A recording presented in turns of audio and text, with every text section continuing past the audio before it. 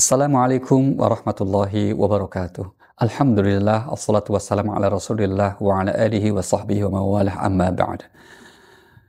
Salah satu nabi atau rasul yang namanya selalu kita ingat, terlebih itu di bulan Dzulhijjah, adalah Nabiullah Ibrahim alaihissalam.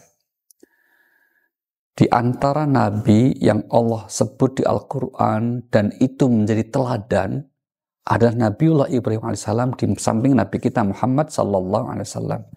Dan itulah mengapa beliau sangat istimewa. Begitu banyak ayat yang mengulas tentang Nabiullah Ibrahim alaihissalam. Di antara yang paling menonjol adalah sikap kritisnya terhadap keyakinan. Dimulai dari kemudian misalnya kita ambil contoh di surah Al-An'am ayat 74, di mana beliau ingin mencoba untuk menemukan Tuhan yang sebenarnya, hakikat Tuhan itu siapa. Karena beliau lihat kenapa kok kaumnya menyembah batu, sehingga kemudian batu nggak bisa ngapa-ngapain kok disembah. Buat beliau sama sekali tidak masuk akal. Sehingga untuk menyadarkan kaumnya di surah Al-Anbiya itu, beliau kemudian membuat semacam sedikit drama gitu ya.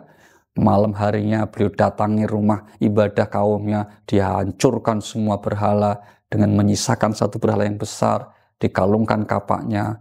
Di pagi hari kemudian orang-orang ketika memanggil beliau untuk klarifikasi, apakah kamu yang menghancurkan Tuhan-Tuhan kami? Ibrahim dengan percaya diri mengatakan, lihat siapa yang megang kapaknya.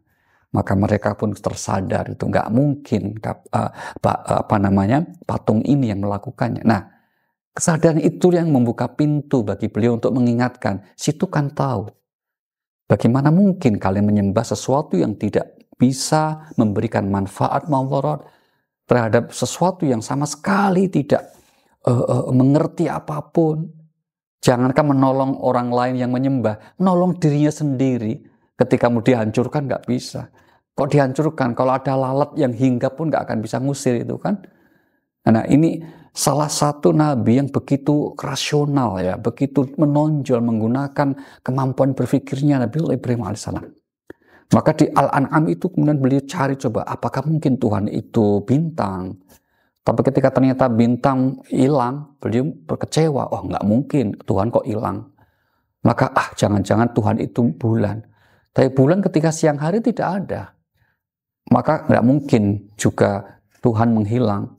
Maka beliau kemudian mencoba untuk menduga bahwa Tuhan itu matahari, karena ini paling gede, paling terang sinarnya.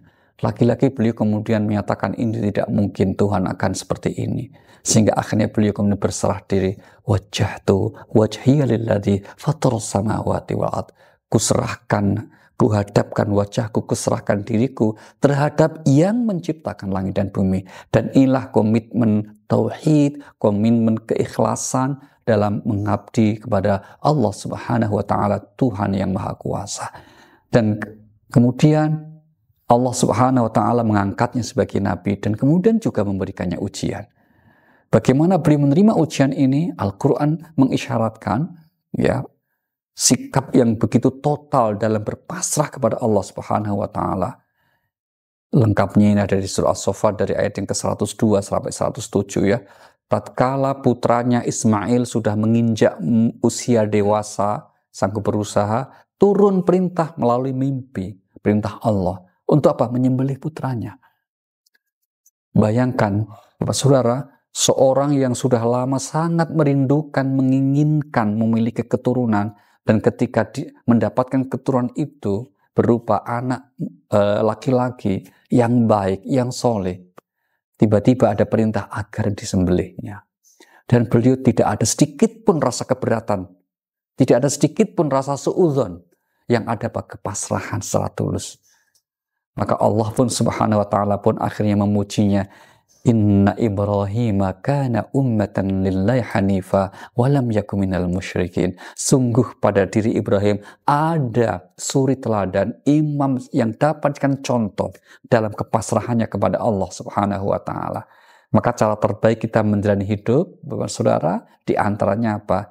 Ingatlah kepasrahan Ibrahim dalam situasi apapun. serumit apapun masalah yang kita hadapi, sesulit apapun problem yang menghampiri kita, jangan pernah kehilangan untuk kita berserah diri kepada Allah Subhanahu wa Ta'ala.